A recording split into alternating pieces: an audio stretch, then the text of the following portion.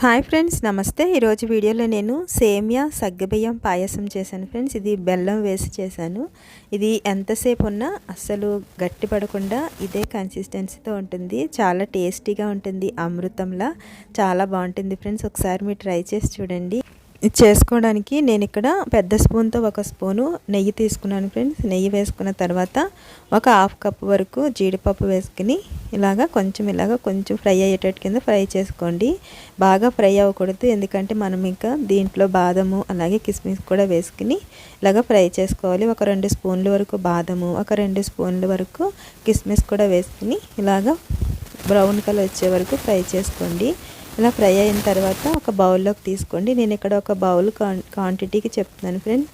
ఒక బౌల్ సేమియా తీసుకున్నాను. దీన్ని ఇలాగా బ్రౌన్ కలర్ వచ్చే వరకు ఇలాగా ఫ్రై చేసుకోవాలి.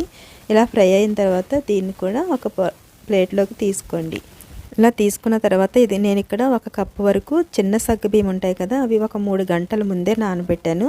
దీంట్లో ఏ కప్పుతో అయితే సగ్గుబియ్యం తీసుకున్నానో అదే కప్పుతో 2 కప్పులు వాటర్ వేసుకుని నానబెట్టుకున్నాను ఫ్రెండ్స్. ఆ వాటర్తోనే ఇలాగా మనం ఏ దేంట్లో అయితే సేమియా చేసుకోవాలనుకుంటున్నామో దాంట్లోని వేసుకుని ఇలాగా ఉడికించుకోవాలి. మూత పెట్టుకుని అప్పుడప్పుడు ఒక్కొక్కసారి కలుపుకుంటూ ఉండండి.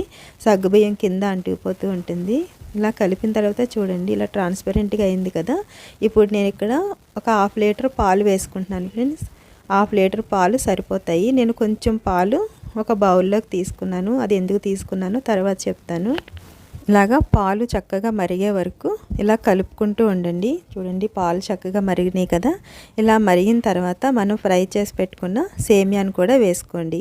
నేను ఇందులో చేసే పాయసంలో కొన్ని టిప్స్ చెప్తాను ఫ్రెండ్స్. ఆ టిప్స్ ఫాలో అయినట్టయితే మనం బెల్లం వేసినా కానీ పాయసం అనేది విరిగిపోదు.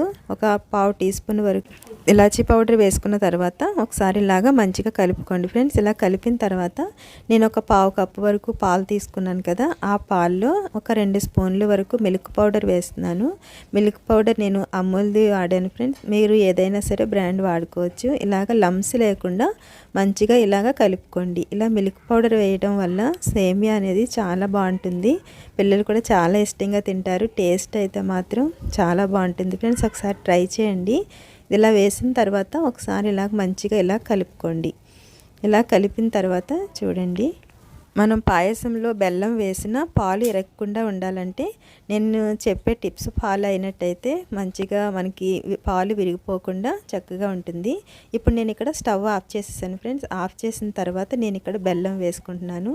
ఇప్పుడు బెల్లం వచ్చేసి 1, అలాగే బెల్లం 1.5 కప్పు వరకు వేసుకున్నాను. వేసుకుని దీన్ని మనం ఇలాగా కలపకుండా మూత పెట్టి ఒక 10 నిమిషాలు అలా వదిలేసినట్టయితే ఆ వేడికి చక్కగా కరుగుతుంది. స్టవ్ అయితే మాత్రం ఆఫ్ చేసేసాను ఫ్రెండ్స్. చూడండి, ఒకసారి ఇదంతా బాగా ఇలాగా కలుపుకోవాలి.